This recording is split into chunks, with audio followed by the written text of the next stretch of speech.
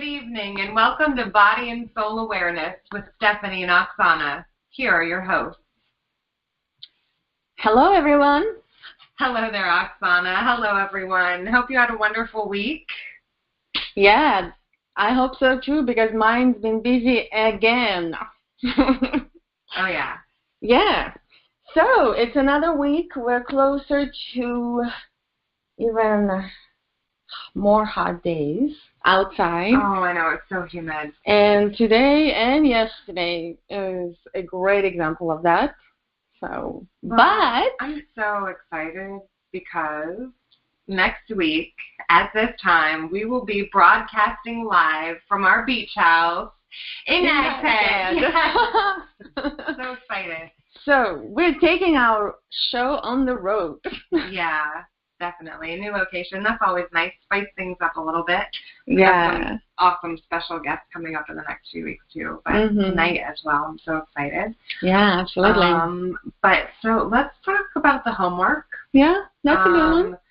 Yeah, the homework last week was to do the beet test. So what was the beet test? The beet test was to eat a half a cup of beets raw or a cup of cooked beets. Write down the time you consumed it. See how long it takes for those beets to come out, right? We wanted to make sure that it was anywhere between about 18 to 24 hours, definitely no less than 12 hours, and not any more than 24 hours. You should be definitely processing everything within a 24-hour time frame. Absolutely. So, it makes sense.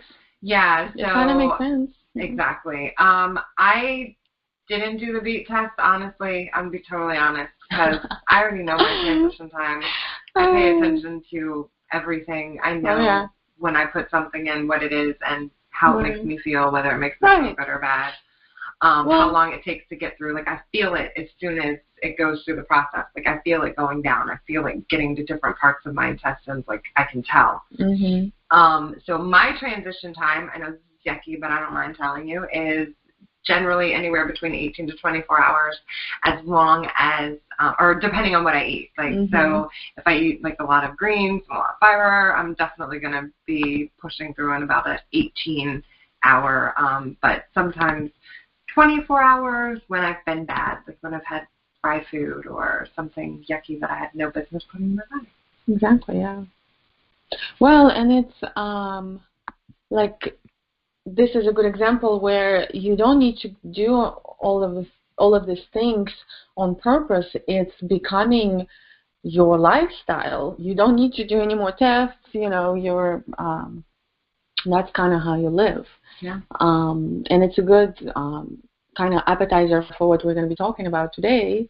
Is the whole lifestyle, not just this specific thing, this specific exercise, or how you implement these things into your life. And they just, because you observe the benefit of it, you incorporate it and it becomes you. So going back to the beet test, I actually made an attempt as well. Well, actually, not as well, but because I'm going to finish up how I actually did finish it. But first time I made an attempt, and my salad didn't come with the right amount of beets. I thought it was going to be beets and seaweed salad, but it was seaweed salad with a little beet fruit on top. So it wasn't enough beets.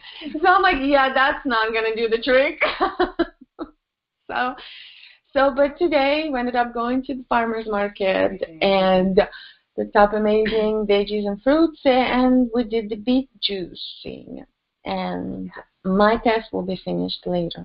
Right. So we'll update you. I will have to report on that one next week from our summer home. Yeah. On the beach. And we already decided that we're going to do the show from the balcony overlooking the ocean, so everybody can hear the ocean in the background. Hopefully the sound comes through well. If you can see what we're thinking about. If not, we'll just talk about it, and you'll just have to trust us. Exactly.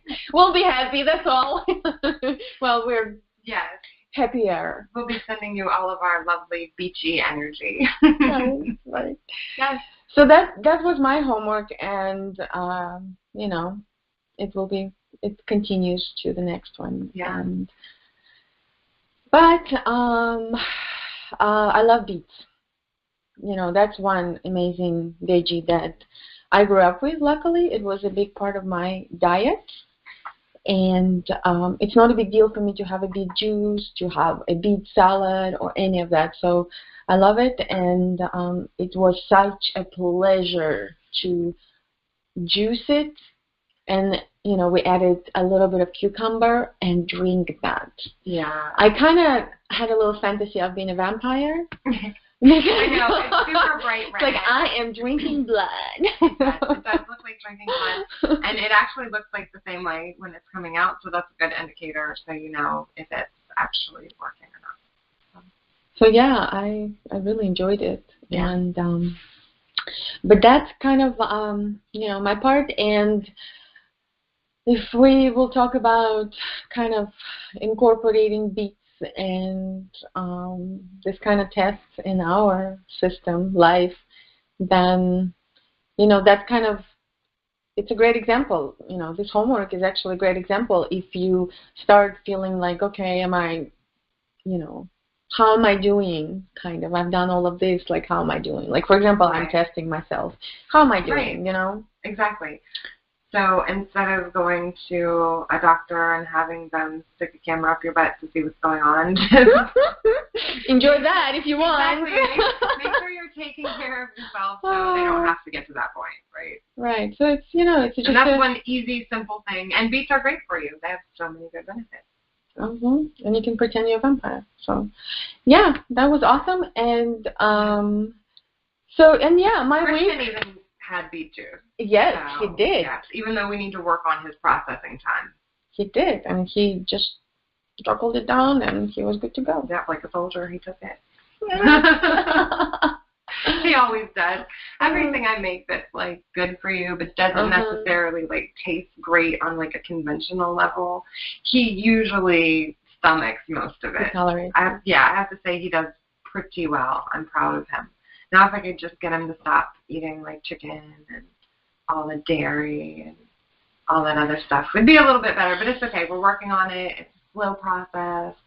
And actually, it's funny because our guest tonight is Harris Linder, and I actually met her through her yoga camp, her kids' yoga camp that they have in Yogaville every year. When Christian was, I think he was 8 or 9 years old, I sent him there for a week, and I had already loved the place. Yogaville is beautiful. It's a beautiful ashram. Well, we took a few retreats there. Yeah, we've taken a few classes there too. Breathing class we took, which is so important. And actually, I was mentioning today one of our mutual friends how breathing is important for the blood and oxygen.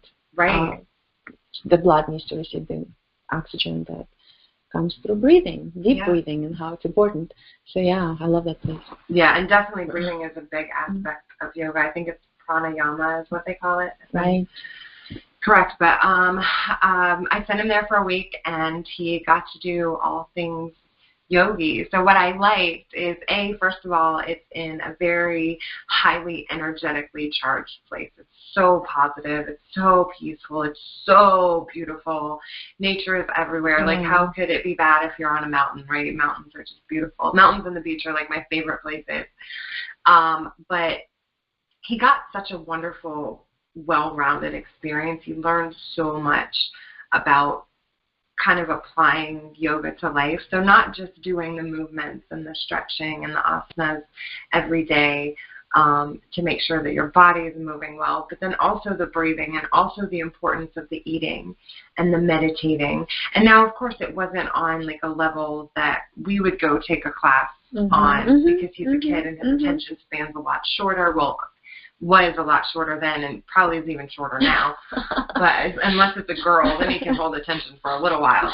But I thought it was definitely a great experience for him to be able to be in that environment. Yeah. Yeah. So I guess now it's probably a good time to introduce Miss Harris. Absolutely. She is on the line. Harris Linder has been teaching kids and developing unique methods and forms of teaching yoga since 2000. She has always loved yoga and has come from an entrepreneurial family, so it was only a matter of time before she turned her passion into a successful business. In 2009, she founded Kidding Around Yoga, and the rest is history. So I'm going to go ahead and get Harris on.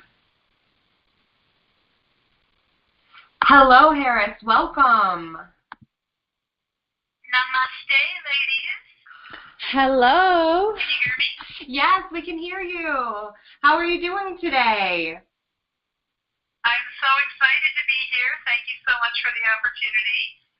No, and I was listening to your the beginning of your show, and I'm laughing because this was Beat Week in our house. I didn't know about your homework assignment, but for some reason we have like a ton of beats in our house, so we've been kind of walking around singing, "We got the beats, we got the beats." And I just want you to know I passed the test. Oh, wow. You can call me Speedy Gonzalez. That's all I'm going to say. Wonderful. Oh, wow, that's amazing. That's so great. We call it coincidence, right? Yes. Well, Harris, we are so happy to have you on tonight. One of the main reasons that we wanted to have you on is because we know that yoga is a really, really big thing, right? It's all over the place. Everybody's taking a yoga class everywhere you look. But we've found kind of in our practice and as we've grown that it's not just about the exercise portion of yoga or the hatha portion. It's much more to it, like the breathing and like I was talking about before, the meditation, just the overall lifestyle of living and way of living. Can you tell us a little bit about that and how integral yoga encompasses all of those ways of living? 90 seconds.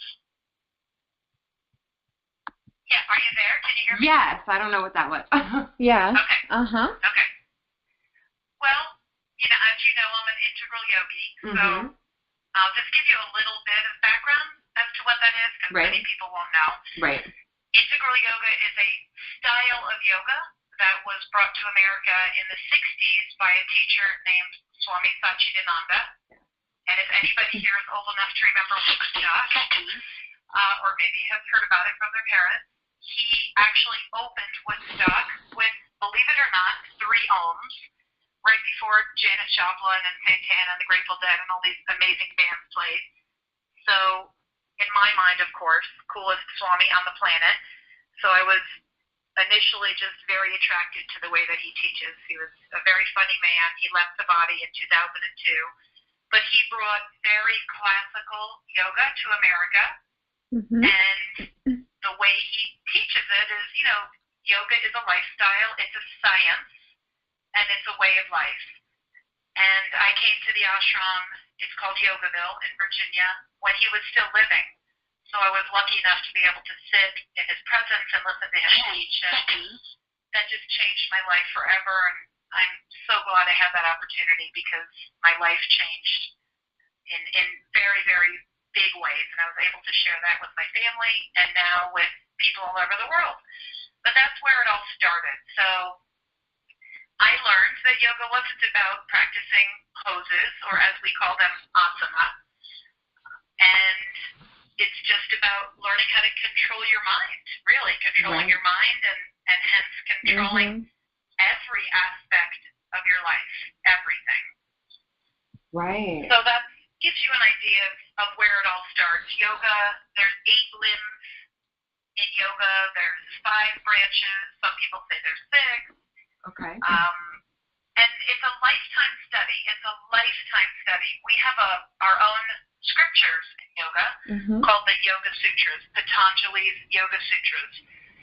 So if you can imagine 5,000 years ago, Patanjali, most people believe that Patanjali was a person, 5,000 years is a long time ago, so there's always a little bit of, not so sure, but pretty much everybody agrees that Patanjali was a yoga teacher sitting down and teaching the science of yoga, and his students were basically scribbling what he was saying on pieces of rock in a cave or whatever. Oh, wow. And they took these, it's very cool to learn this, and they call them the sutras.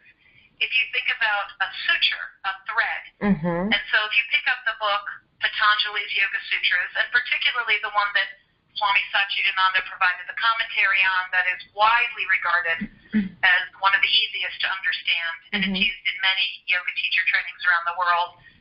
Basically, he's teaching everything about the science of yoga.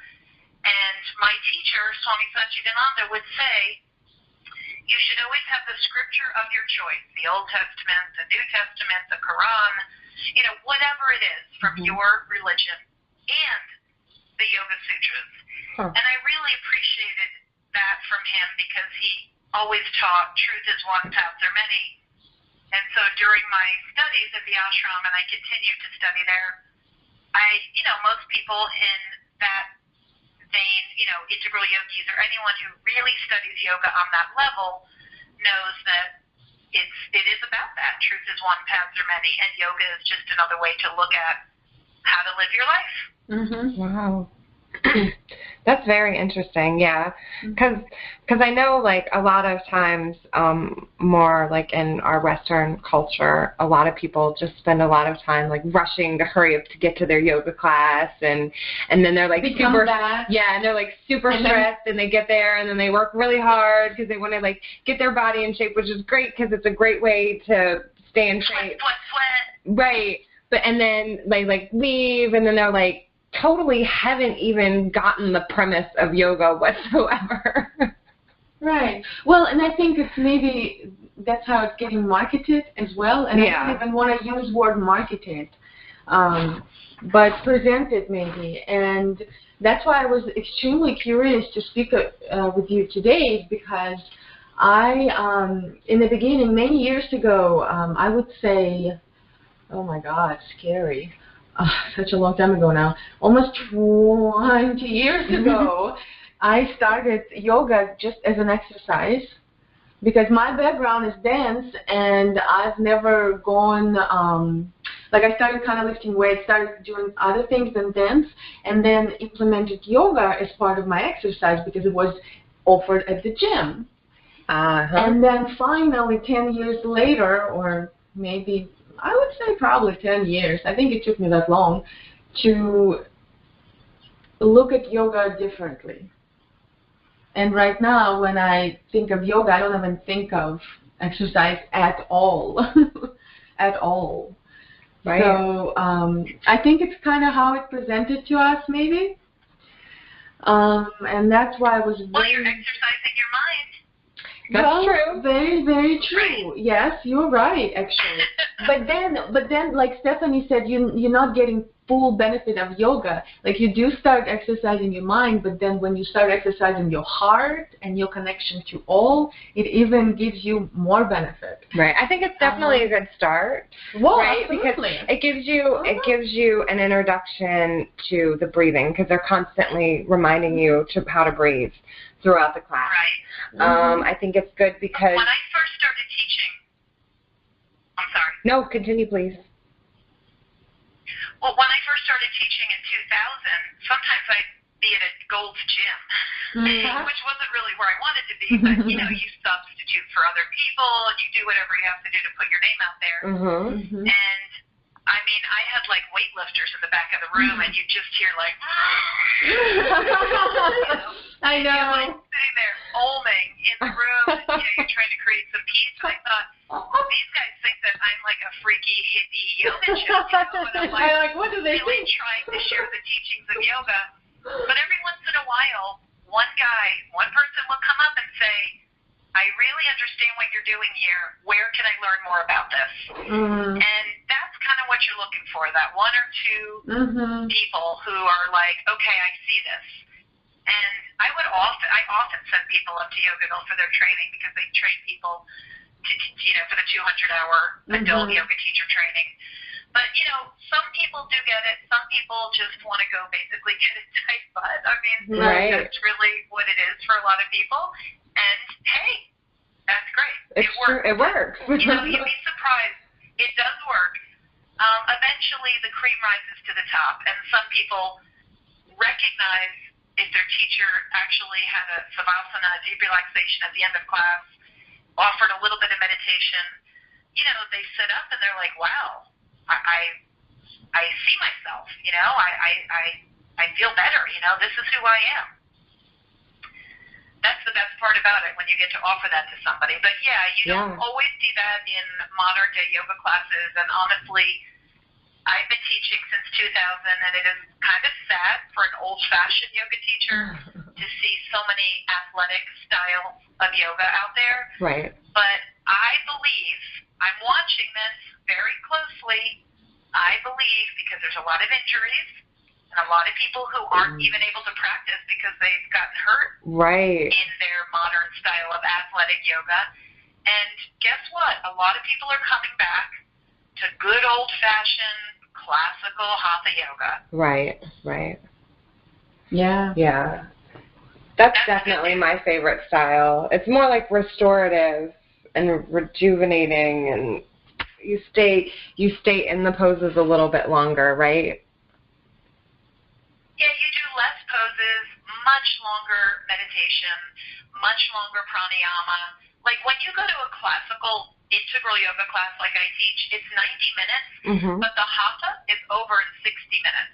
Okay. And there's actually 10 full minutes of eye movements and breathing and, a few just small warm-ups at the beginning, and then 30 minutes at the end of deep relaxation, which everybody loves. So the savasana. I know. That's definitely my favorite. Yeah. Well, that's when you start feeling your body. We call it dessert. Even more like after, like how it relaxes and what's still tensed or not, feeling the body. Oh yeah, definitely. I like it. Good. Are you guys practicing yogis? Do you practice hatha now? I don't know if I would be considered a yogi, honestly, now. I definitely, every second that I get in my day, I'm doing some type of stretch or exercise. My son is like 8 months now, so I'm actually going to need to take one of your classes pretty soon so I can learn how to teach him yoga. But literally, like, yeah, like I'll sit in goddess pose and holding him. I definitely do a down dog. Down dog is one of Kai's favorite poses. Yes, Kai gets in down dog all the time.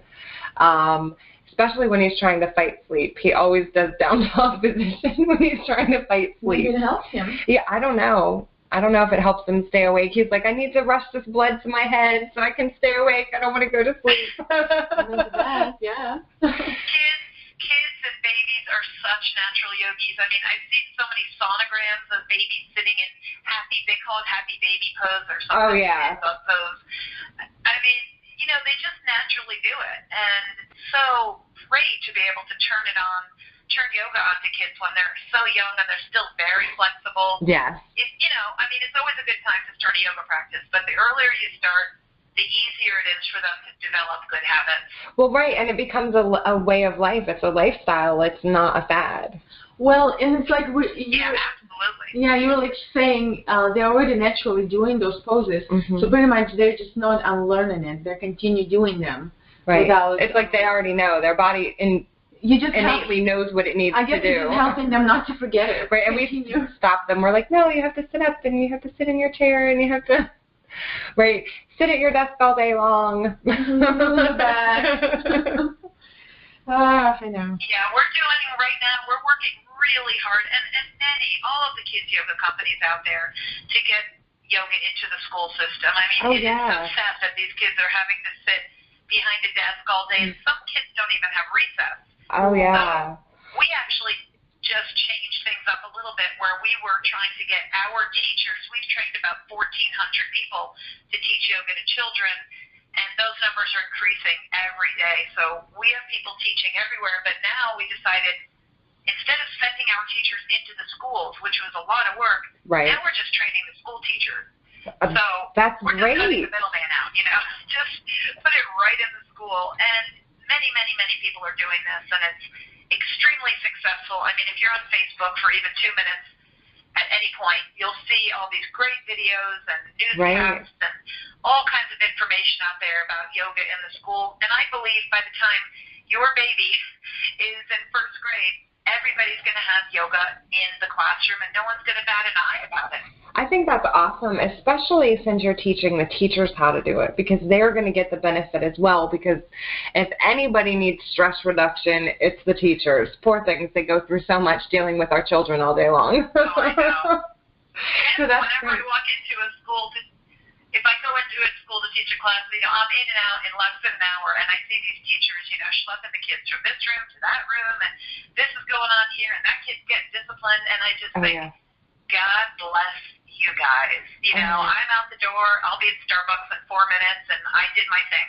I know. I know that sounds horrible, but being a teacher is not for everybody. A school teacher, it takes a lot of patience, and it's a very challenging job. And sadly, they should be getting paid more than anybody, but they get paid less than everybody. Yeah, you know what? I never understood why it was that daycare providers and teachers got paid so little when they're the ones that are like molding and shaping the future of our world.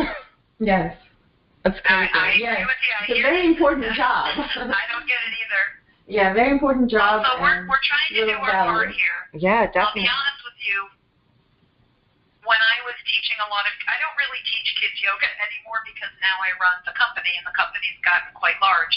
So I just don't have enough time to run around to schools. But when I was, for many, many years, I was always in like these fancy private schools, and I was like, what is wrong with this picture? Why am I not in that Title I school down the road, in the public school? Right. Well, there wasn't great money back then. I'm aging myself, but there was just no way to get in there unless you just did it pro bono yoga as service project. Right. Which, of course, we did tons of that. But in the meantime, it always just tore at my heart that I was teaching all of these privileged kids who also needed it, don't get me wrong. Right. Well, now, my way of giving back is that we've just offered a huge, huge, huge discount to school teachers, and we can't keep up with the email every single day. Everywhere we do a training, school teachers are coming in, and it's not about, okay, kids, take your shoes off and take your mat out. Now we're going to have a 1-hour kids yoga class or a 30-minute class. It's not about that at all. It's about having the tools all day long, no matter what they're doing, to teach breathing, to teach meditation, to stop and take a 5-minute break in the middle of the day. There's a lot of opportunities throughout the day in a preschool. The kids are lining up to walk from one room to the next to go to the cafeteria or whatever it is. So we'll have them line up with like a little steak magnifying glass, like a party, for the party store. And the kids will do like a mindfulness walk, so they'll actually walk like so slowly. They hardly look like they're walking. A walking meditation. These are like 3-year-old kids, right? Yeah, that's awesome. That's awesome. And, we have hundreds of things like that. But we teach the teachers to input this curriculum, it's basically curriculum, all day long. And at the end of the day, they'll have like we call the secret garden, deep relaxation, yoga nidra. So they lay down. We teach all these things throughout the entire day. So that's a lot different than, okay, it's time for yoga class, put on your yoga pants. It's a part of your life all day long. Exactly. Right? Which is so important, so important. I always talk about this, definitely to you, Oxana, but everybody I talk to, this turning life into kind of like an active meditation. Yes, I love that phrase, active meditation. Yeah, it's so important. Right. But we are at our first commercial break, so let's go ahead and go to this, and we will be right back in a few minutes. If you could just hold on for 1 second. Awesome. Want to spread awareness to your neighbors, family, and friends about what is going on in our country today? It may be things you already know, like the large number of FEMA camps that spread around this country to lock up citizens like you and me. Should we talk to her and see? Let me get a long commercial and see if there's anything she wants to talk about. But go ahead. No, I think we should start talking about what class we are. What she's doing, actually. How they're benefiting. Like, what is the observation of the impact? How, because we're pretty much promoting for women, men, whatever. Yeah. Why aren't we on the air? I don't know. So that's what I was thinking. He should go online to Freedomizer and try to listen if we're on. Yeah. If he can. I don't think we are. Well, somehow we're still through the phone, but I guess maybe we're not on the air. But well, no, maybe it's all right because we're recording it through the archive still, yeah? Not the archive. Our radio. 2 minutes. I got it. 2 minutes 45 seconds. Our ditches dry most of the time. What's going on? There's hardly ever any water in them. Here, I'm here.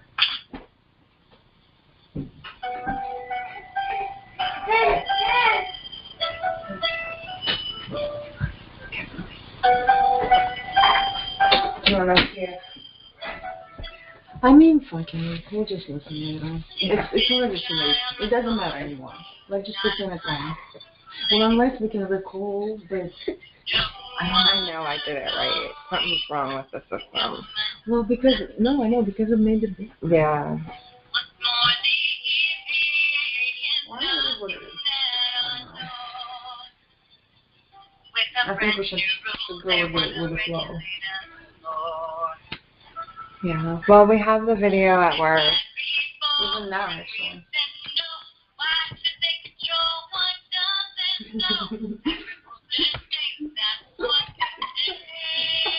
This is what we do on our birthday.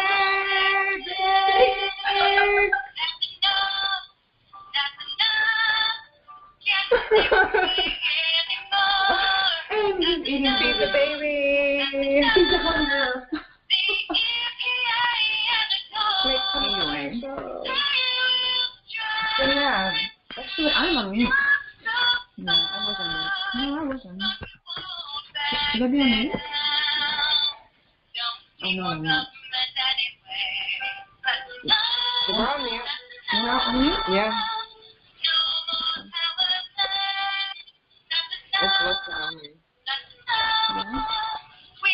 Do I need to have my computer on mute? Or no? Yours should be on mute. We don't need it until the end. Alright. So yeah, let's talk about her company. What they do.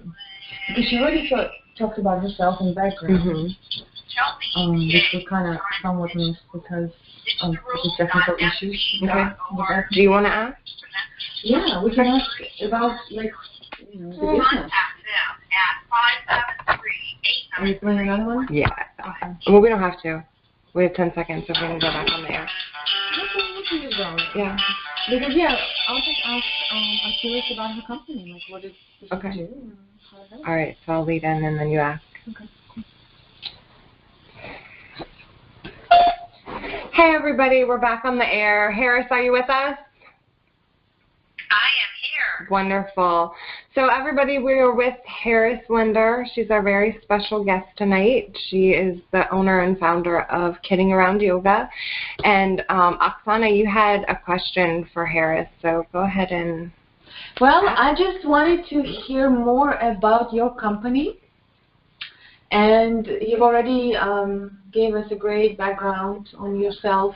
And I would like to know a little bit more how the yoga, you know, how you started out with kids and how you've observed the change, or what are the benefits, what may be the drawbacks. You know, what if people are considering something like this? Like, what can you say about it that, because I don't know much. I know of the yogi style life. I am also kind of, you know, going through that as well, but I'm doing it on a personal level. And I'm not a kid. So yeah, what can you tell us about your business? Okay. Well, first of all, you are a kid. I hope that you will be a kid at a Well, keeps us young. In fact, it's funny you say I this. say to my friends sometimes, we're working so hard. I'm not sure if it's keeping me young or killing me, but I think it's keeping me young. I hope so. I mean, So I I hope started so.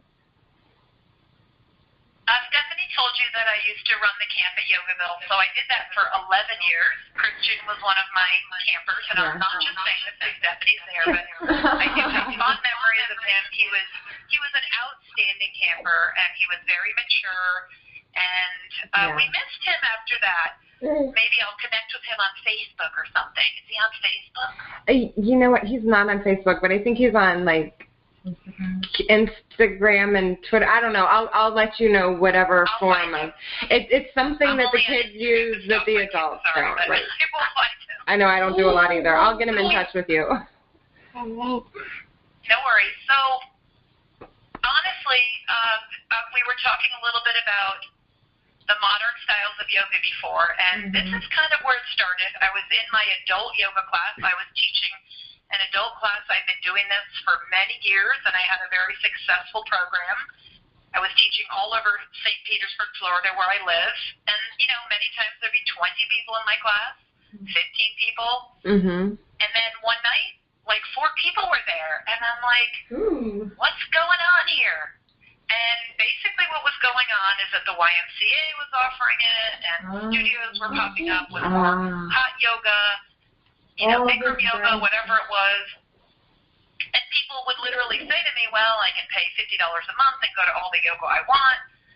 And, it was very hard for me to fill my classes. And I was already teaching kids yoga. From the moment that I got certified to teach adults, I immediately went and started embarrassing my children wherever they were. They were at Hebrew school. I was teaching the Jewish holidays through yoga poses. Nice. That's another whole conversation. But I went to their brownie troop meetings. I did classes for their brownie troops. I went to their summer camps. I mean, wherever they were, I was teaching kids yoga. So I was already really good at it, that I was teaching adults and kids. And I'll never forget this one night. I looked around and I'm like, this is crazy. People don't really want this right now, at least where I live. So I put my blinders on and I said, I'm just going to focus on kids. That's all I'm going to do is teach kids, and I'm going to go do a training. And I sat down at my kitchen table, and this was August of 2009, and I thought it would take me a week to write my manual. And I literally, I had different dividers: pranayama, meditation, games, activities, and I'm still writing this manual, mind you. I mean, if you've ever written a manual it's unbelievable. Someone who works in my house and helps me out with things is always laughing at me because, I've kind of slowed down, but I'm like, I'll go teach a training somewhere, and I come home, and I'm like, oh, I've got to add this, or I've got to change that. Oh, yeah. It just never ends. Ongoing. It's constantly learning and evolving, right. Yeah, it really never stops, and I think that's probably the sign of a good training, so I'll pat myself on the back a little bit because we just work on it all the time. But I did my first training in January or February of 2010, and my husband, 10 people came, which wasn't bad for my first training. Yeah. And this is a training to teach people to share yoga with children. So it could be a PE teacher, a Montessori teacher, a nanny, a babysitter, it could be anybody, a yoga teacher who wants to offer kids yoga. And my husband came in during the lunch break, and he looked at me and he said, wow, this is the perfect thing for you. I can see you're in your element. All you have to do is talk all weekend, and everybody's getting what they want, and you get to do what you enjoy more than anything. Talk. Oh, yeah. I was really enjoying it, because it's easy when you know what you're talking about. I knew what I was doing. Right, and when you love it, more importantly. Yeah, absolutely love it. Live it, eat, breathe, sleep it. I honestly haven't really slept through the night for the last 6 years because we've been developing kidding around yoga. So in a nutshell, I did this one training. The first year, are you guys sitting down? Yes. The first year, I think we had 3 trainings in 2010. And now it's common for us to have 5 trainings, 4 trainings on a weekend, on any given weekend. We might be in Germany, Costa Rica, Santa Barbara, California, New York, Atlanta, St. Petersburg. We have about 30 trainers all over the world. Wow. We're about to have another 20 trainers. We're going to have, by the end of this year, 50 people who do what I do. And I'm sure you can imagine why I felt compelled to get more trainers. After 6 years, I just couldn't do it anymore. It was too much work for me. Overwhelming, right? I was gone. Yeah, it was just too much. Not that I didn't enjoy it. I love what I do. But you have a family, I would too. be on a plane. I have a family. Well, I'm also a little bit older now. I'm not 35 years old. I would be in Paris doing a training, which is fabulous. I love to travel, but it's a lot of work. And then I'd fly home, and then 3 days later, I'd have to fly to Costa Rica. And I knew, like, I had this window that I would be physically well enough to do this, young enough that it would be exciting. But talk to anybody who travels for a living. It's very exciting, and on Facebook, your friends are like, "Oh, you're so lucky. Right. You get to travel I all know the time." too. And I'm like, "I'm so tired, dude. I know. I just want to go home." Right. Take a shower and go to bed. Oh my God. Right, just sleep in my own bed. I know. Yes. Pet my cat. But it is still Exactly. fun. But it's physically tiring if it's often. It's exhausting. So, but I have enjoyed every minute of it. And in the meantime, after about 2 years, I started training a couple of other people, quite a few people from Yogaville who have their integral yoga certification. I felt that was very important for my company because I describe kidding around yoga as coming from lineage. Everything that we teach is based on the teachings of Swami Satchidananda. Okay. We just made it, like, seriously fun. Like, seriously fun. You know, it is a lot of fun. I'll never forget the CD that Christian brought home from camp. I loved all the songs. They were so awesome. It was like head and shoulders yoga pose, yoga pose. Wow. Good memory. I remember that song. I love that. I love that CD.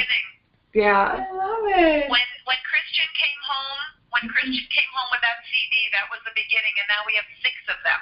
Wow, that's So- amazing. Wow, you've There's been a lot of busy. music. We got some catching up to do. That's amazing. Yeah, we've been really busy, and we also made songs in Spanish. We translated some in Spanish. Oh, Some have been translated to German.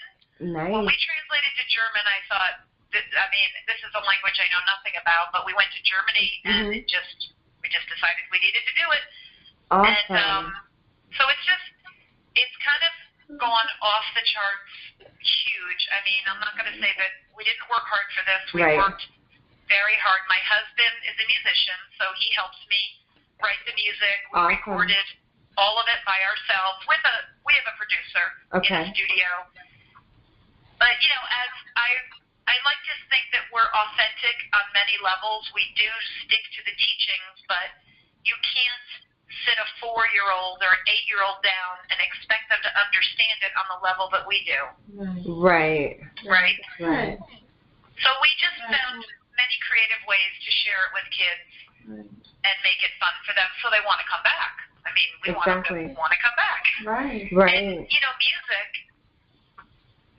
is a way to teach, you know, and play is a way for kids to learn. Right.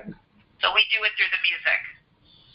Yeah, I love that. I love that. I think it's so important because I want to homeschool Kai at least for like the first, like kindergarten, first grade, like the early years, because I think just learning through living is so important and experiencing. So I want to take him outside and I want to teach him what bugs are, you know what I mean? I want to teach him what different herbs are good for him. I want to, you know what I mean? At the same time, teaching him his ABCs and all the other important stuff, you know? Teach him yoga poses. Well, then I hope to see you in one of my trainings. Yeah, definitely. I should take the class. Now, okay, so to get certified, do you have to have the integral yoga training first? Oh, gosh, no. Okay. No. First, this is for everybody. Our training is for grandmas, for grandpas, for PE teachers. You don't have to even know that much about yoga, although, of course, we recommend that you do a little study before you come, and then we created what we call the blended, it's a blended training. Okay. So it used to be that you had to come for 3 days, okay. But then so many school teachers were like, I can't come on Friday, you know? Gotta work. So what we did was, this is the best thing we could have ever done. We took out it's called Raja Yoga, and that is the science and the history of yoga. Okay. And we took that out and we offer it online. And all of the asanas, the poses, so you do about 5 hours of studying online, and then you just come for a 2-day training. And that's why now we're able to get so many school teachers in our training. Nice. That's awesome. Good. The other nice thing, I didn't even think about this. I saw it, but I didn't really think about. People look at our training, they come, and they're like, oh, yeah, you're going to change the lives of all those kids. Great, great, great. But what's really happening is we're transforming the lives of the adults that come. Exactly. Because a lot of these people come, and they're going through very stressful times. They've got a lot on their plate. Some of them aren't happy. They might be going through a breakup or this, whatever it is. And many of them, I used to do yoga 15 years ago, but I stopped doing it. Right. There's so many reasons. They come to the training, and when they leave, they're bouncing off the walls. They're high on life. They're elated. And I feel so good that we're able to help adults to learn how to cope with their own life. I love that. It's so it's fun. not just We say that all the time. What's that? We say that all the time, that this radio show and then our individual businesses that we have, it's not even just about like our listeners or the clients that we help. It's about ourselves. Like we literally learn so much from doing this radio show. We get so much out of doing our homework, and then from our own businesses, like Oxana, she teaches the dance and energy movement. So when she has to teach the class, she has to do the movements too. So she definitely benefits, Exactly. and then with my business as well. So yeah, I'm glad you mentioned. Teach what you need to learn. Exactly. And I'm learning more. I've got to teach you something right now. Do. So your radio show's very spiritual, right? You have a lot of spiritual teachings on your radio show? Yeah. Yes. Because when I was listening to the 15 minutes before I got on and I saw that you gave out some homework, do you know we call that kidding around yoga for the kids? It's kind of cute. What is it? We call it homework. Oh, I love it. Oh yeah, we're gonna think about some homework that We we even can. have a whole CD. We have a song called homework. I'm going to send it to you when the show's over. Oh, definitely. Oh, I'm so excited.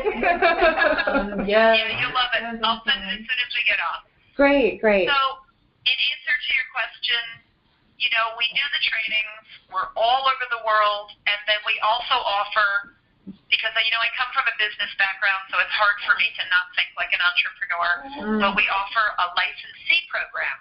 So you could be kidding around yoga with Oxana, kidding around yoga with Stephanie, and you get a website, you get business cards, and we teach you how to market. We're all branded. You use our logo, and we set you up in business, and you pay a small monthly fee. So that's another part of what we do, and we have about 120 people who do that with us. Oh wow, that's awesome. I have to look more into that. And you said how long is this training again? Just 2 days? It's only 2 days, and I know that sounds like incredible. Right, but it's in 2 days. But intensive. what happens is, okay, we also have an online training because we have people, like we train someone in Kuwait, we train people all over the world, and they can't get to training. So we offer an online training. It's not, of course, as great as being in a room with a teacher. It's not the same thing, but it's pretty good, and we're very proud of it. So we do an online training, and then when you take the live training, you get to keep the entire online training as well. Everybody gets to keep it for the rest of their life. Oh wow. So if you go home and you're like, whoa, my head's exploding. I learned so much stuff. How am I going to remember that? What was that pranayama technique? You know, you just go back, and it's inside the training. So we've worked really hard over the last 6 years to make this easy for people. Wow, it sounds amazing. How long can you, if you already told us or not, how long you've been already since you've established it? How long is your company? Well, how old is you know, your company?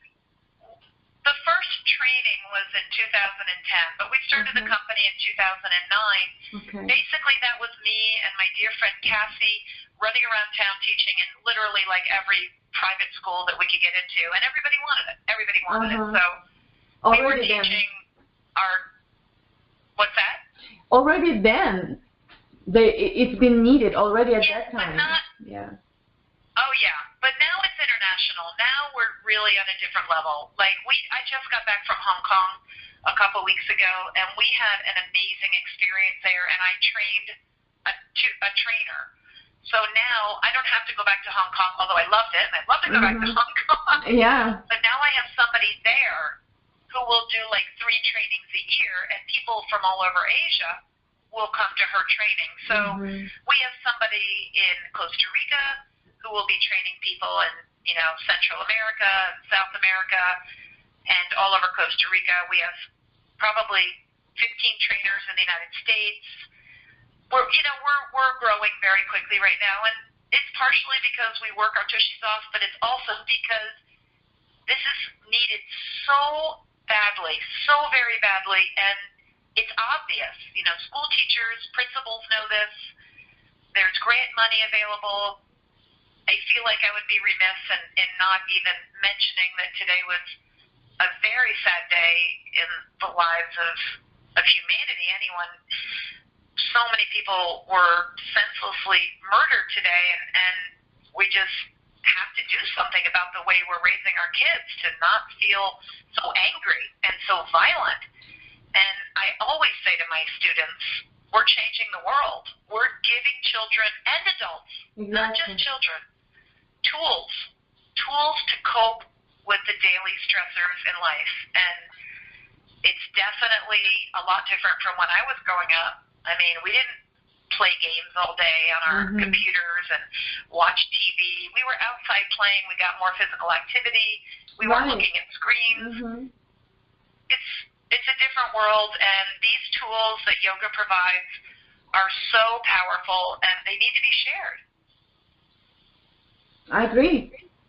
I very much agree, and you're right. I actually lately been finding myself talking to younger generation, probably in 20s, and how generation has changed, and where kind of like what it means for them life. What the life of, what do they see life being like for them, and it sounds like none of them really know.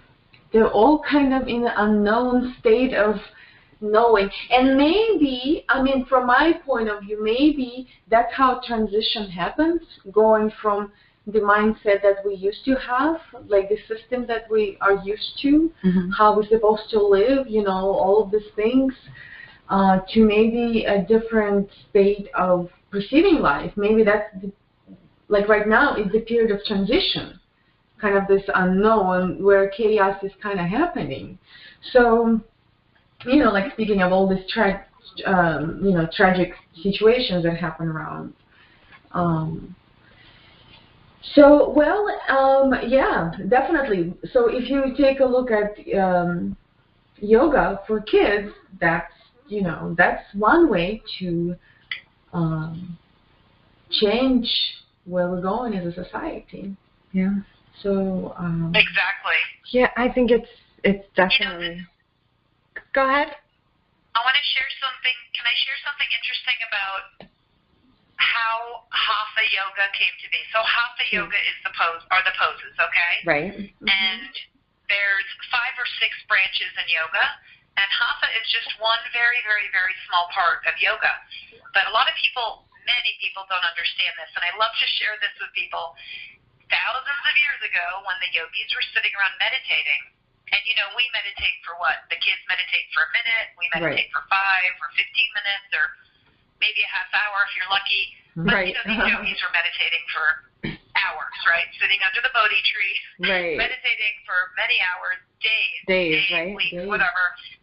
And so the story that we tell in Kidding Around Yoga to the kids is that the yogis sat up and said, "Oi, my back, my back hurts."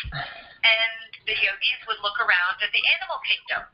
So if you think about many of the yoga poses that you know, many of them are animals. So there's the snake, the cobra.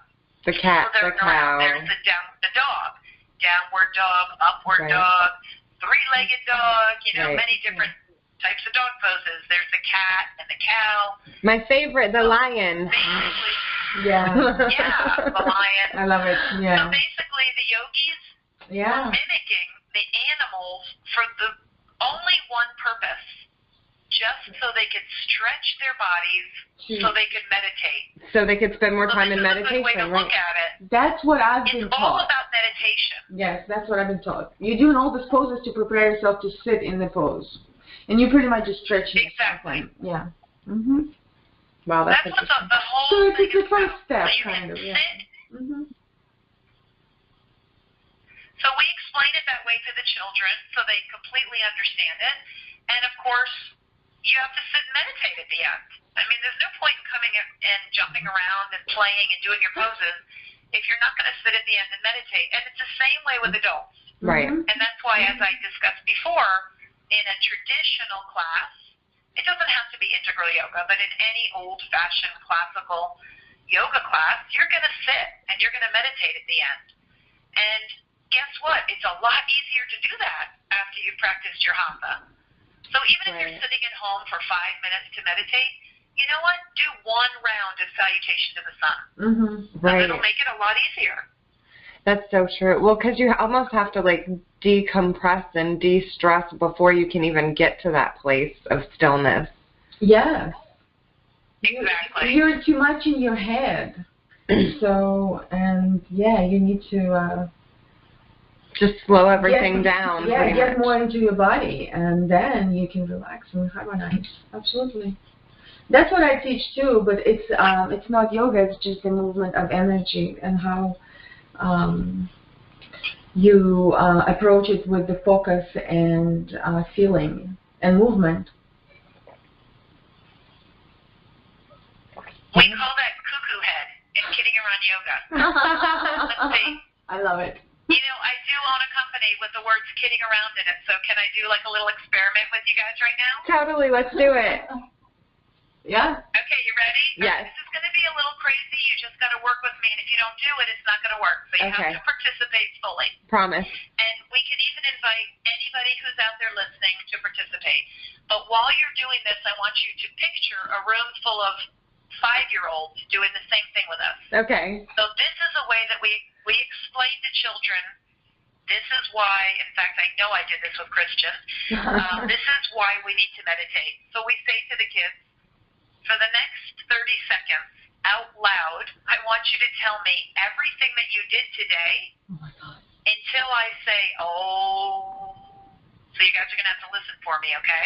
Okay. And so everything I did. A lot of people are listening to us, so, you know, you have to pick and choose the things that you don't mind sharing with the entire universe. Right. Okay, got it. Got it. Do we just say so when I say three, I want you out loud, and everyone who's listening to this radio show, out loud, I want you to tell me what you did today, from the moment you got up until now. Okay. Here we go. 1, 2, 3.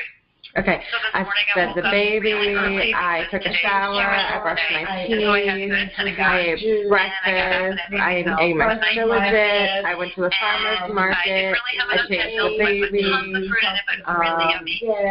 we ate a smoothie, we discussed the show, I dropped off an order, brushed my hair, we ordered, midnight, IV, we just beat, yes. Are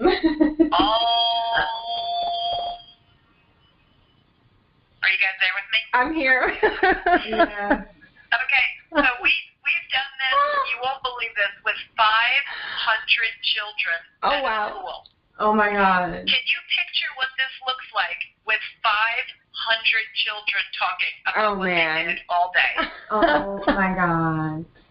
Amazing. So then when it's over, we say to them, this is cuckoo head, and you don't want to have cuckoo head, so let me teach you how to meditate. I love it. And I'll teach you right now. Hold your hands up and spread your fingers out. Okay. And take your thumb.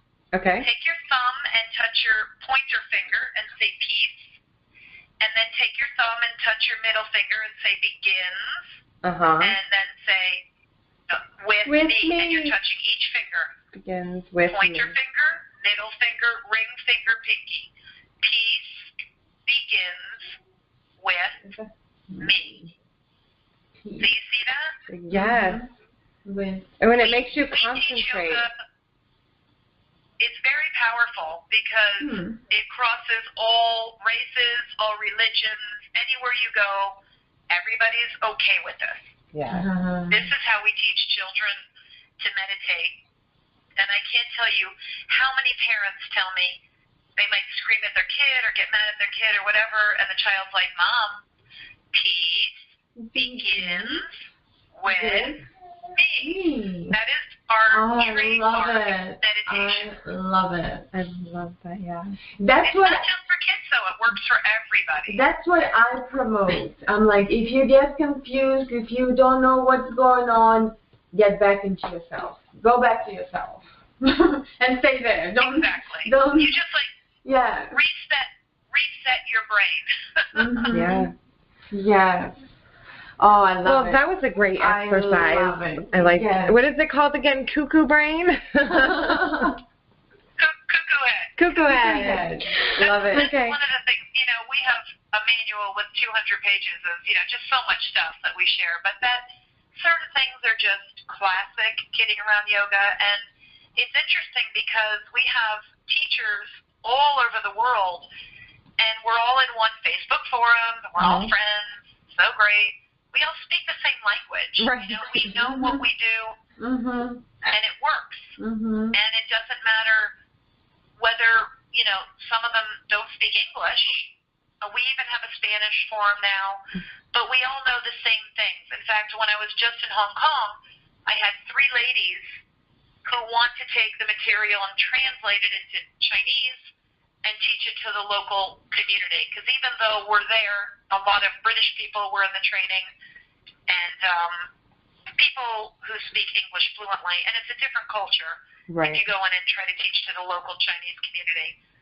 So yeah, it's a lot to think about all of our techniques getting translated to different cultures and languages, but I'm also not complaining. It's definitely a journey, and I'm definitely riding the wave right now. I love it. My dad was a successful businessman, and somebody once said to him, what was the one thing that you did that made your company so successful? And he said, it was the timing. I just happened to have the right product at the right time, and everybody wanted it. And I feel like kids yoga right now is really peaking. Like, when I started, we had to prove to people what are the benefits. You don't really have to talk about that so much because the Huffington Post has taken care of that for me. Right, that's so true. It's all over the internet, and people know. Yeah. People know that meditation is life-changing. Now the big buzzwords are mindfulness practices, and that's what we teach. When you hear about mindfulness being like it's a buzzword, mindfulness practices for children, you don't really see mindfulness teachers going into schools. These are yoga teachers. Right. And people learn mindfulness-based practices. They basically learn them either from Buddhist teachings or from yoga. Right. That's where it comes from. Well, I think they're afraid to say yoga because I think there's kind of like a stigma. I know it sounds really crazy. I know to us it sounds like really weird. But I know some people that are like maybe like super deep into certain religions look at yoga as a bad thing. And even, I'll be totally honest, when I first looked up Yogaville, there weren't some like not good things that popped up too, and I was like, wow, that's crazy. I mean, it didn't stop me from going, but you know what I mean? Some people have certain things in their head about like certain different perceptions. Well, different things that are different because they're afraid of them, because they don't know that they don't know A, the benefits, or B, that it's not bad. You know what I mean? It's actually super beneficial. Really helps you be centered. You feel amazing. De-stressing. It's great for so many different things. Oh, yeah. Yeah. They did a big Cooper Hill. So, Well, but sorry, we have to go to commercial break. Christian benefited from coming, and Oh man. yeah, you'll find bad things about anything on the internet, that's for sure. And Oh yeah. certainly about yoga. I mean, I've heard people talk about it in such a negative light that it just blows my mind, because I came to yoga, and many people will tell you this, I came to yoga during a very bad time in my life. Yep. And I went to Yogaville. I was there for 2 weeks, and when I came home, I could feel the light around me. People would literally say, "What happened to you?" I mean, that's what people said when I came home. And that's so true. I said, you know what? I learned. I know what to do now. Right. I'm not going to say that I get up every day and meditate for an hour. I don't have this amazing hatha yoga practice. I still consider myself a yogi, because at some point, yoga becomes something you do every moment of every day. Right. And that's the way I look at it now. I would love to have more time to sit and meditate. I'd love to live in a cave in the Himalayas. That would be my goal. I want to live with you. I know. Yeah, right. I'll get a 2-bedroom cave. Right.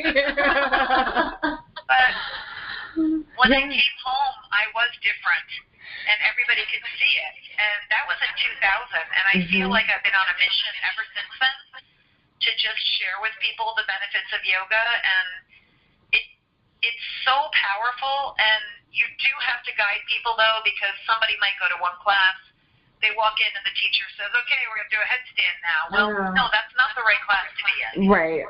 Exactly. So, you have to find a teacher who's been around for a while.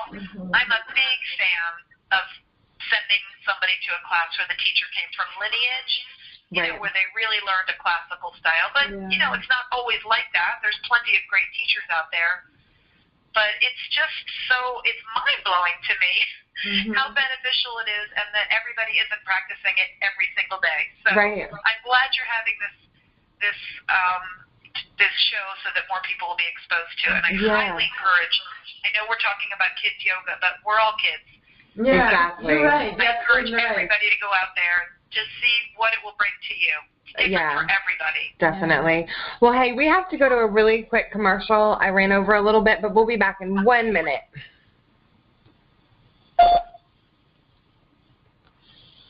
How would you like to make your work more enjoyable? Be more creative. I'm going to ask her about homework. All while sitting in. Harris. Hi, Harris. It's Stephanie. We're, in the blue room in the back, so nobody can hear us. Okay. I just wanted to see if you wanted to give any homework, if you had any good ideas, since you have the homework for the kids. Maybe we could give some homework to the big kids. Oh, the listeners. First of all, can I give the song away? How would I do that? If I send you the link, can you give it away? That would be fun at the end. If you said, what's the link? Yeah, if you send the link, then we can play it. Yeah, we can play it as we're leaving or as we're going off the air. What is the link? It's like a 4-minute song. You should stop a few minutes early and play it, because it is really great. Okay, perfect. And what is the link? Okay, so homework. Well, my homework would be to meditate every day for 1 minute. That would be the first one if I was to choose. Okay, cool. That would be it. Is that good? Good, that's perfect. Yep, we'll have you say that on air. And the link to the song? I'm sending it right. Just give me 2 minutes. I mean, I can do it while we're talking, but it's coming. Okay. To Stephanie. Perfect. So I have my email open. Okay, so you either send it to me or you play it, whichever. I can play it. I'll play it. Okay, cool. So we have 1 minute and 45 seconds left before we go on the air. Let me just make sure it comes through. Move that. It's going to be from, give me, I'm working on it. I'm working on it. It's okay. We can play commercials as long as we need to. Yeah, we have time. It's okay. It's been great. I'm loving it. Yeah. Am I okay? No, you're perfect. No. Okay. No, perfect. It's been amazing. There's a little bit of a lag time. Oh, is there? I stopped talking and Yeah, there's a little bit of a lag. Okay. It's hard for me because I talk talk a lot. I'm trying really hard to. No, it's perfect. No, we love when guests talk a lot. Yes. Well, because it's great information, and honestly, if you feel like there is something specific you'd like to talk about, please lead us there, because, because that's what we're doing. We're trying to bring people to be aware of as much stuff that is alternative lifestyle, not the way we've been living. So whatever you've gone through, especially you literally experiencing this, it's your life. So that's amazing. The more the better. So no worry. Oh, it just came back. Let's see. Okay, wait, I'm sending it again. Wait a minute. Here we go. Here we go. I know what happened. It's okay. We can commercial as long as we need to. We can go over a little bit too. This is it. For some reason, your email won't take my email address, Kidding Around Yoga. All right, I sent it again. Okay, cool. I'm going to give us one more minute before we go back on air, but we're going to put you back on mute, okay? All right. Sure. I got the song. Perfect. Is it one song? Yes. Oh, no, it's a whole bunch. Ooh. What's that's not good. Okay, so wait a minute. Open. Okay, see the one that says homework? Complete smooth. That's it. Homework, got it. Okay, perfect. That's it. Yay. Okay, cool. I got it. It's on. Okay, good. All right, we'll be back with you in 30 seconds. Okay, bye. Bye. 704, listen in. Watching with your ears and listen with your eyes. I'm your host, Tara Dawn, and I'll We're going see to you play there. that at Ed. It doesn't matter. It's on here. Yeah.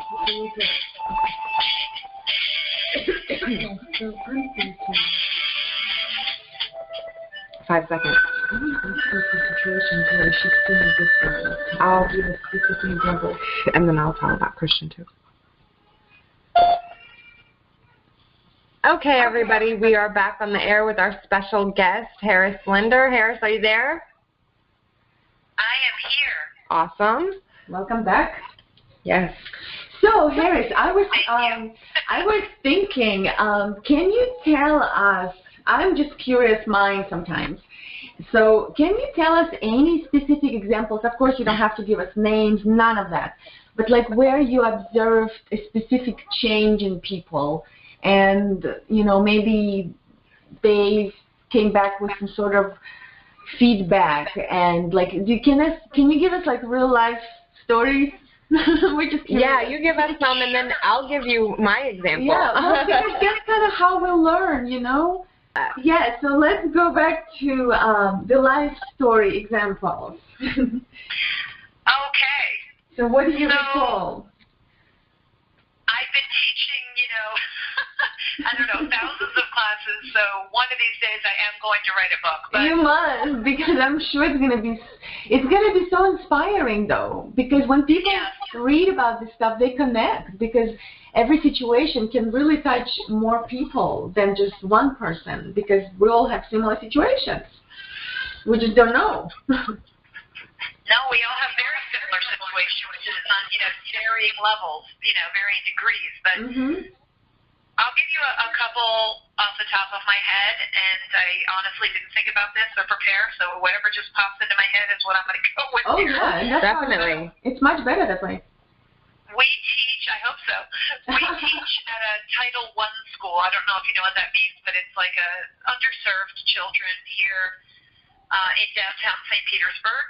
And, there's no gymnasium, so we teach outside. Sometimes it's 95 degrees out. We're on the blacktop, on the pavement. Wow. And there's a chain link fence, and you can see the houses right across the street with the drug deals happening while we're teaching yoga. Yeah, it's crazy. Wow. And that is a place where we do have people sometimes come, and their parents don't want them to take yoga because they think it's satanic or something crazy, So we don't say when we go to some schools. We have to really pull it back. And I don't really care. I'm happy to water it down and do whatever I have to do to get the science of yoga and the techniques to the children. But we've been there for about 8 years. And, I could write a book about this one school, but we have children, we meditate meditate with them, and we say peace begins with me. I had a teacher come to me one day because the teachers drop the kids off and leave, and they can't wait for their 45 minutes of freedom. They want to go, grade papers or go to the bathroom or whatever they do. Just breathe. And this teacher, he came up to me and he said, "What are these kids doing underneath their desks?" And he shows his fingers, and he's touching his fingers like I just taught you guys. And I was like, oh, thank you, God. They're actually doing this because we teach them before a test. Testing is extremely stressful for children. And it causes a lot of problems with, my kids went to sort of like a little hippie school, so they didn't even have tests. So I really don't have an experience with my own children. Oh, man, you got to let me know where that school is. Yeah. Well, it's kind of like a Montessori, but it's like a combination of Waldorf and Montessori, and they didn't even have grades. Wow. So my kids didn't have that experience, but I do hear the horror stories, and I see the kids, the week of testing. Right. They're just like, they're really flipped out. Well, they are. And so here this teacher was asking me, what are they doing under the desk? And I taught him how to do it. And that's when I really realized it wasn't enough just to teach the kids. We also have to teach the teachers a little bit, just a little bit, to follow up in the classroom and share and make sure the kids are doing it. So that was kind of eye-opening for me. So sometimes I'll just make the teachers or the parents. If the parents come in early, and they're sitting like outside Facebooking on their phone, or they're sitting in the corner of the room, I'm like, no. Put that phone down and just come in here right now and participate, Right. And I do want to talk to you guys before we're done about family yoga because that's a big part of what we do. Oh, yeah. But that's one thing. And then we also teach, these are kind of the karma yoga things that we do where we serve and we don't always get paid. We just go out there and do this because the benefits are so huge. And we really want to, as we always say, spread the love. We go to a camp for underserved and homeless children in Malibu, California. And have either of you ever been to Malibu? No, I've been to Maui. So. No, I don't think so. Malibu is California. That's California. That's not Hawaii. Wrong state. No, because Are you thinking about the beach? Honestly, no, this is the coast of California, and I'm saying it just doesn't get much more beautiful than that. So Yeah. you're standing here on top of these mountains actually, I overlooking the have been to ocean, Malibu. but you're teaching 450 kids. We'll have 450 kids come from underserved and sometimes homeless children from L.A. So it's only 20 minutes from L.A., but these kids have never been to the ocean. Wow. So they bus the kids in. Think about 450 kids getting dropped off. It's called Camp Harmony. They go through a life check. They're so excited to be there. Whoopi Goldberg and Oprah donates money to this cause. They get their own sleeping bag and a pillow. Some of these kids have never slept in a bed by themselves. Wow. And it's a fabulous program, and we offer the yoga and the yoga meditation, the whole thing to the kids. So when we got there, we thought some of these kids, they're like migrant farmer workers, children, and some of them are really tough. And in the beginning, they were like, I want to do yoga. Yoga's for girls. Yoga's for sissies, Right. But we have our way about us, and we got everybody to fall in love with it. And then it got to the point where, these boys are walking by, these tough, inner city LA boys, and they're like, we gonna do yoga again? I want to do yoga again, That's awesome. And then the counselors would tell us that at night the kids were meditating. Peace begins with me in their cabins. Wow. So we've been going out there twice a year for, I bet, 6 years now. And listen, they're flying, they're helping us. We raise money, we send our people out, but they also help, and they donate some money, and they fly us out from Florida to California. Now, this is how awesome our program is, because there's a whole lot of kids yoga teachers floating around very close to Malibu, but they're like, no, we want kidding around yoga out here, and we've become a part of their culture and a part of their family. Wow. And this is a very big part of what we do, is to go out to California every year. And so we see a lot of success there. Now we have a nonprofit organization here locally in St. Petersburg that has money to help pay my teachers, my local teachers, to go into some of these Title I schools because they see the benefits. The principals see the benefits. The kids are begging us to come in. What do you hear from kids? Like, what do they say? What is their feedback? Like, how does it help them? Like, why are they coming back to that? What do they say? Yeah. Here's a funny thing. I was in Hong Kong a couple weeks ago, and I was teaching a training, and at the end of the training, we bring children in for a free class so that my soon-to-be kids yoga teachers can see me teaching yoga to children, right? So I have this one kid there. Now, his mom is a dear friend of mine, and we passed the Native American talking stick around, right? Right. And I have everybody say, tell me why you like yoga. And this kid, really beautiful little kid, says something like this, I love yoga because, and I think he's 7, 6 or 7. I love yoga because, you know, it's just so stressful sometimes at home, and it just helps you to feel so calm and peaceful, and it makes all the bad things go away. And I looked at his mom, you know, I mean, this kid is comes from a very good family. Right, obviously. Mom, what are you doing to your kids at home? What's going on? But you know what? I was with stress already at 7 too, to be honest, and I don't want to get into the details, but it's true. I remember that. Yep. I mean, it has nothing to do with race or religion or socioeconomic, anything. It's nothing about that. It's just that life is stressful, and when parents get stressed, and we are stressed, like today everybody's glued to the news. You know, things are going on around us that stress us out. We have a sign in my kitchen. If mom ain't happy, ain't no one happy. If that ain't the truth, I don't know what is. It's so true. Yeah. So, but some of the stories, kids repeat a lot of the same things, and you will often hear them say, because we pass the stick around. This is a big part of what we do in Kidding Around Yoga. It's a Native American custom, and we decorate the sticks, and it's an arts and crafts project for the kids. And then we pass it around, and we say one thing that we love about yoga, or our favorite part of yoga class. And 9 times out of 10, I loved the secret garden because I know what it feels like to be me again. And you're like, that's beautiful. What? You're 6 years old. Where did you get that? You know they're so much smarter than we are. They know. They know. All of my negative thoughts and my stress just go away.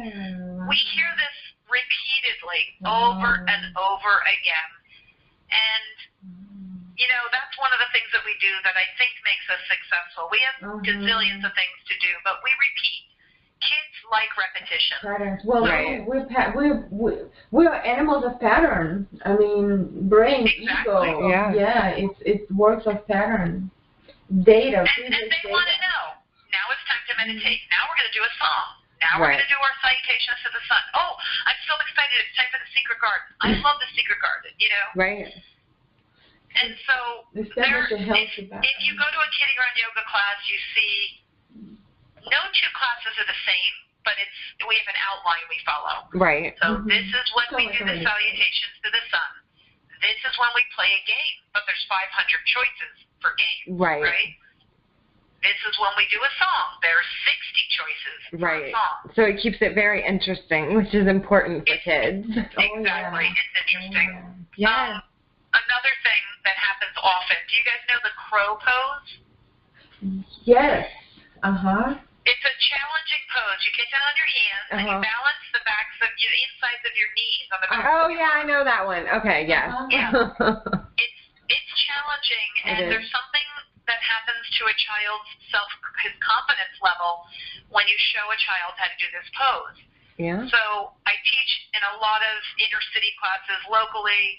A lot of kids that are just too cool for the room, especially the boys. There's no way they're coming in to do yoga. And I'll be like, okay, I know you don't want to come to my yoga class, but can I just teach you one pose, and then you can leave. And I'll get down on the floor, and I'll do the crow pose. And these kids will get down, usually boys, and they'll do the pose, and then often, almost every time, basically, oh, can we stay? Can we stay? Because, Right. you know, Because they don't realize how much fun it is, and you have to be strong. And they have to start to realize their own power that's inside of them. So that's so important. Exactly. So they don't, you know, a lot of kids don't know a lot of these poses, and they don't know what they're capable of doing. And so I train my teachers, you know, this might be a pose that only 3 kids in your class are going to be able to do, and you don't want the other kids to feel bad, but you do want those 3 kids to go home and go, Mom, Dad, look what I learned today. Mm-hmm. So there's a fine line. You have to challenge them and teach them different poses that they can do without the other kids feeling bad if you know that they're not going to be able to do it.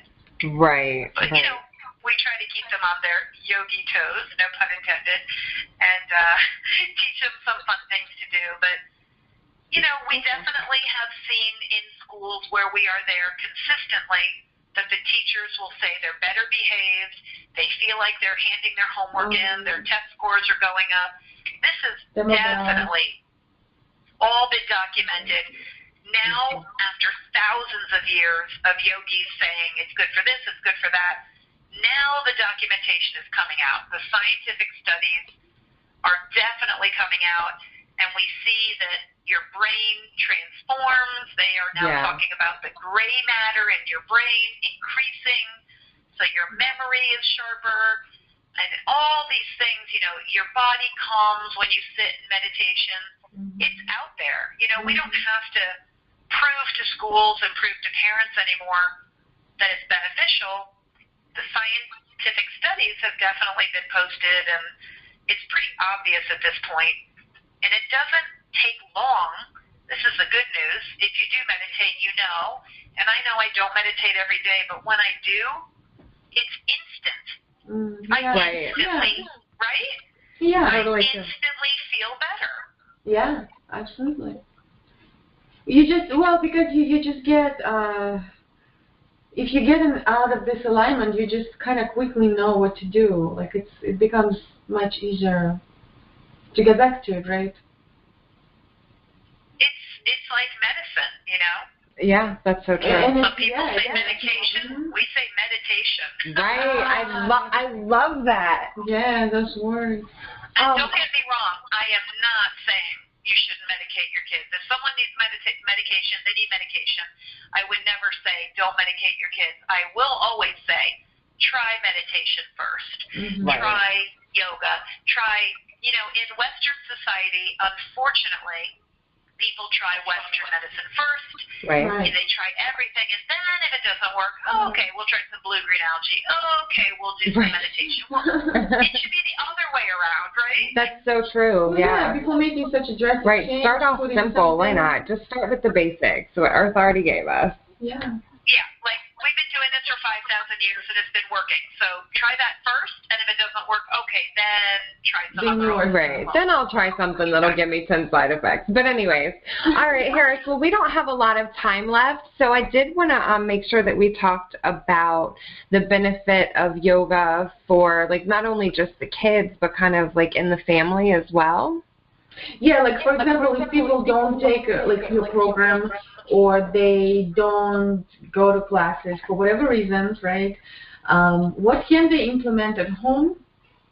You know, the simplest way, I guess, especially for the children, at least in this case, and then of course for them as adults, like on their own. Mm-hmm. Well, I will try to answer this question without shamelessly promoting my company, but that's going to be kind of hard. So it's okay. I mean, you can go at it first. Yeah, it's an awesome company, so it's okay. Well, but see, that's the thing. It's always a joy to be in that environment when you take the class, because the energy of the class is just more in the alignment. Everyone is in it, and that's why it inspires you even more, and you get more out of it. It's always different to be in a class or do it at home.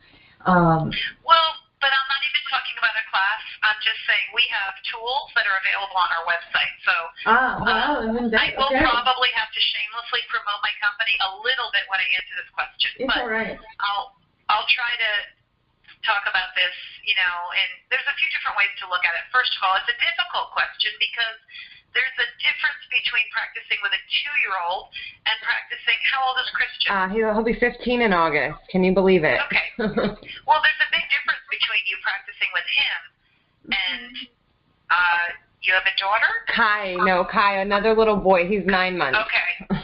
Well, they're so far apart. Oh, yeah. So, I, of course, think it's awesome. We basically look at ourselves as a family yoga company. I think that you should practice with your children. Mm-hmm. Of course, if you're a serious yogi, you're going to have your own personal practice. You're going to get down and do your 12 citations to the sun. You're going to have a 10-minute meditation. Of course, you're going to do that. But if you want to sit and practice with your kids, there's many, many ways that you can do that. You can do this at home. Our thing is music. We're really into music. Yeah. All of our music is on our website, and it's on YouTube. You could put the YouTube video on and say, hey, head, shoulders, yoga pose, like you said before. And you can do that. Many of these things are on our website for free. Nice. And so you can share in that way. I just shared the meditation technique that we use. We have a lot of these things online. But I can tell you that children really, they want to be with their parents. They want to do fun things with their parents. Yeah. And we do spend so much time. Our teachers and after-school programs are basically raising our kids. Right. So anytime you can find, I'm not talking about an hour. Hey, let's take a 10-minute yoga break. Right. Let's do a round of salutations to the sun. Let's sit and meditate. Let's do one of the songs on the Kidding Around Yoga website. There's many things that you can do, and it's different depending on if your kids are 15 or 2. Right. And there's games and things that you can play. But I think it's very important to not be the kind of parent who just goes and hides in their bedroom. I need to get out of here. I'm going to go do my yoga. Oh, yeah. You want your kids to see you doing it and to see the benefits that you're experiencing so that it becomes a part of their life. Yeah. Now, I never forced my kids. They'll probably say that this isn't true, but I did not. I was there wherever they were, but I didn't sit them down in the living room and say, all right, kids, now we're going to do yoga. But they knew that I meditated. They saw me doing yoga. We had swamis floating around in our house. We have a house at Yogaville. They were surrounded by it. And now, and I say this to the parents who have younger children, I think it's really important to surround them with it, no matter how you choose to do it. My children are both now 21 and 23. Both of them are going to get certified to be yoga teachers, not necessarily because they want to teach yoga. That's not what it's always about, but because they want to learn more. Right. And, they're on a spiritual path. So even though they might say that I shoved it down their throats a little bit, so what? They needed it. I'm really glad. I'm serious. I'm really glad that I did because they always understood the basics and they knew it was important. And now it's a part of their life. My daughter she just turned 21, and I can't believe what she asked me for a birthday present. And I kind of thought, whoa, I'm just getting home from Hong Kong. I don't think I can afford that. She asked me to take her to Wanderlust. That's a yoga festival, and they're all over the country. Oh, yeah. Wow. Vermont.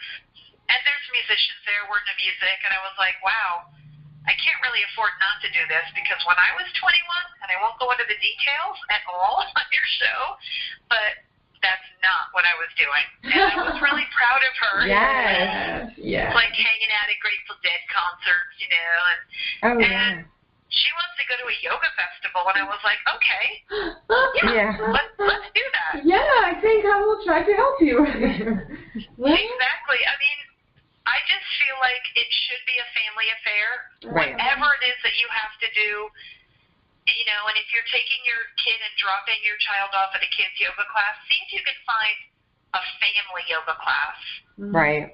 There's 2 ways to go about doing this, is to get smart enough to know how to do it at home, or to find a qualified teacher who actually knows how to teach a good family yoga class. Right. No, but would you say it's important to go and have classes because I know some of the poses, if you're not doing them right, if you're just watching an instructional video, I don't know, like somebody random on YouTube, you might hurt yourself, right, if you're not careful? I always think it's better to go to a good class with a certified teacher who knows what they're doing. I mean, this is why I said I knew I couldn't talk about this without shamelessly promoting my company. Right. But I know that my teachers are very well trained and they know how to guide, you know, a 2-year-old up to a 90-year-old in class. I mean, that's what we do. And not everybody can do that. So I'm not going to tell you that if you go to someone who's not very well versed in this, that it's going to be a great class. But if you can find someone, I think it's better for you to do it with your kids. I think it should be a family practice. I feel like we don't spend enough quality time with our kids. We had a class once at one of my trainings. Oh my gosh, there was like 40 people in the circle, and I was like, wow, this is going to take a long time, but I'm going to pass this stick around. And there was a dad there, and we have all these songs, and we dance, we do yoga poses, and here's Goofy Dad, do-si-doing with his daughter, and she's probably 4, and he got the stick, and he had tears in his eyes, and he said, my favorite part of this class was that I got to dance and do yoga with my daughter, because my wife is always the one who practices yoga with her, and I finally got to be with her.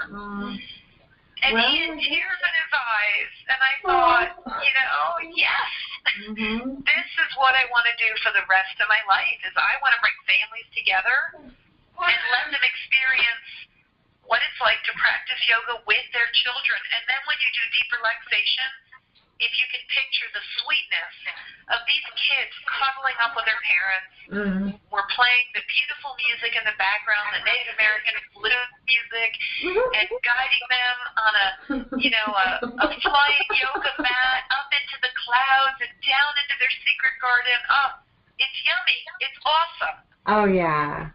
That's amazing. Harris, I'm so glad that you're doing this. It just sounds so wonderful. It's wonderful. Thank you. And I know. I'm glad I'm doing it too. Yeah, and I know for sure it was totally beneficial for Christian to spend a week living a total yogic lifestyle. I think he said the last day they got to cheat or something like that with pizza, maybe.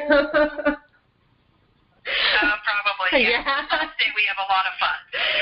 Yeah, but no, he had an amazing time. He came back. He looked better. He was a little bit overweight. It was actually right after my mom died, so he took it pretty hard. It was pretty hard for him emotionally. Oh, sorry. So yeah, so Yogaville was the yoga camp was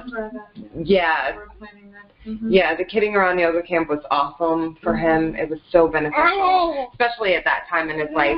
And it's funny that you said that when you went to Yogaville for the first time that you were going through something. I was too the first time that I went there. And it was such a beautiful, wonderful, peaceful place to just kind of get centered, get grounded, realize the things that I needed to do. I could focus. My head was clearer there. It was just an amazing place. Yeah, it's life-changing. I'm forever grateful for my teacher, Swami Satchidananda, the teaching, the physical, ashram, everything about yoga. Right, all the yogis, they were so helpful. Yeah, it was awesome. But anyways, well, we are almost out of time, Harris. We would love for you to give us not our homework for the week, but our own work. So if you don't, so if you don't mind, can you give that to our listeners?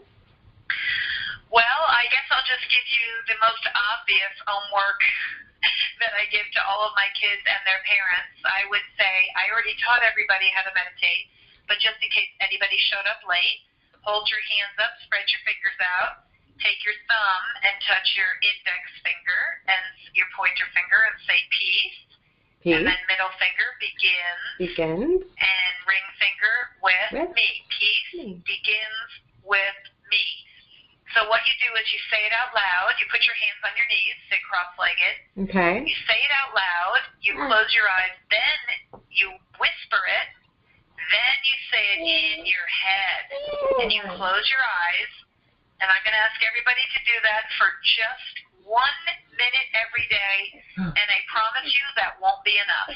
Right. That's your homework assignment, to meditate for 1 minute every day. I love it. Awesome. Thank you so much.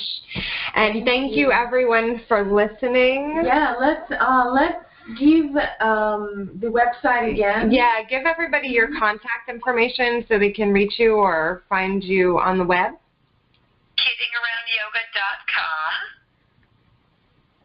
That's it. All right, awesome. And I If you want to change the world with us, sign up for a training. Yeah, Harris, I'm definitely going to look into that. And I see your number. Awesome. Yeah, and I see your phone number is 855-KID, K-I-D. Kid yoga. Yoga. That's very easy to remember. Yeah. 855-KID Yoga.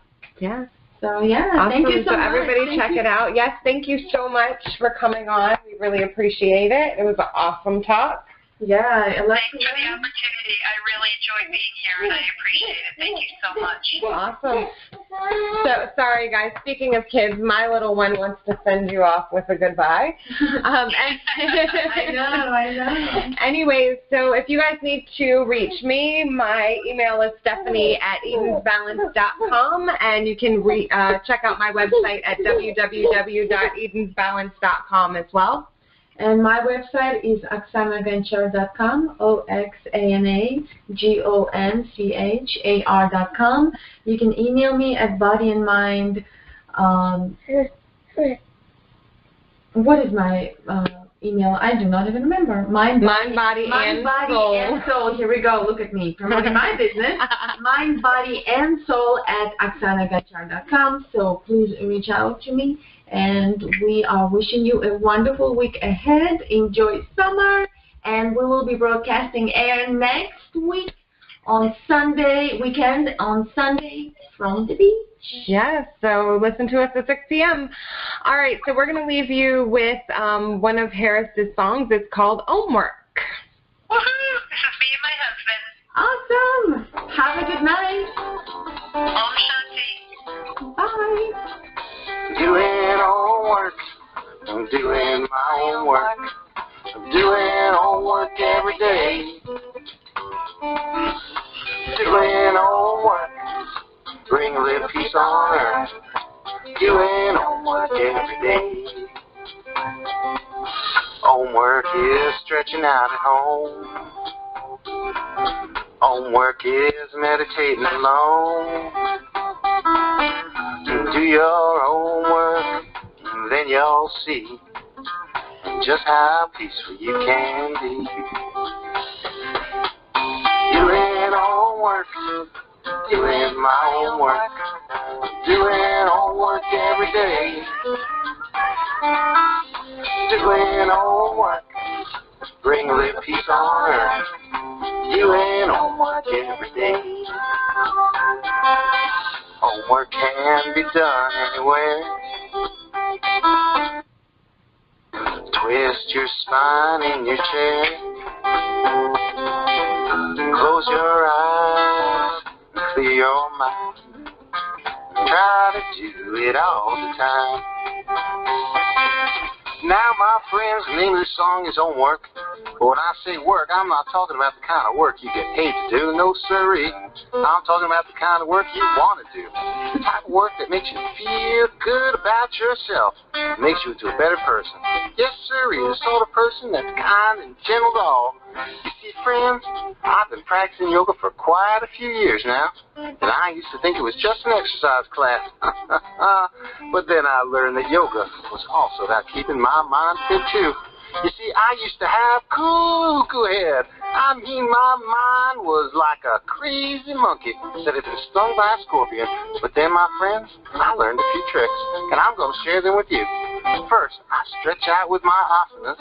You know, all those fun yoga poses that keep your body stretched out, yourself limber and healthy, like ruff, ruff, ruff, downward dog, and meow, and cat, and caw, crow, and ooh, the cow. Why, there's just so many poses I'd never get bored. No siree. Now, friends, after I'm feeling all loosey-goosey, that's when I start doing some pranayama. In fact, I do it all day long. I I really like to do before I go to sleep. I call that my pajama pranayama.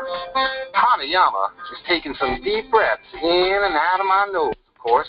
Yes, sirree, your nose is meant for breathing, just like your mouth is meant for eating. Well, I couldn't imagine anybody eating with their noses, so I use mine as it's meant to be for breathing. And like I said, I like to breathe in and out real deep and so deep I just feel that life force reach every cell in my body, making me so happy for every breath that I take and give me the energy that I need to do my homework every day.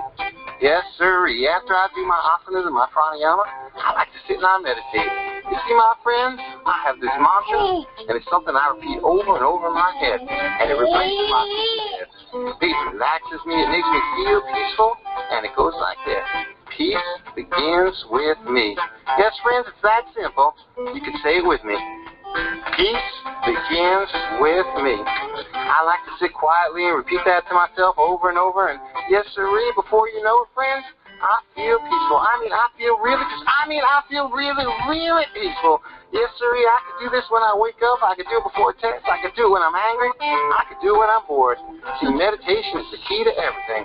So I like to do it just about any time at all. And when I meditate every day for even just a couple of minutes, why, I feel like that bad stuff is like water off a duck's back. It just don't stick to me. That's why, friends, like yogis have been doing for over 5,000 years, I like to do my homework every day. Homework teaches you to be kind. You should be that way all the time. Practice homework every day. Then you and I will say, doing homework, doing my homework, doing homework every day. Doing homework, bring a little peace on earth. Doing homework every day. Doing homework every day.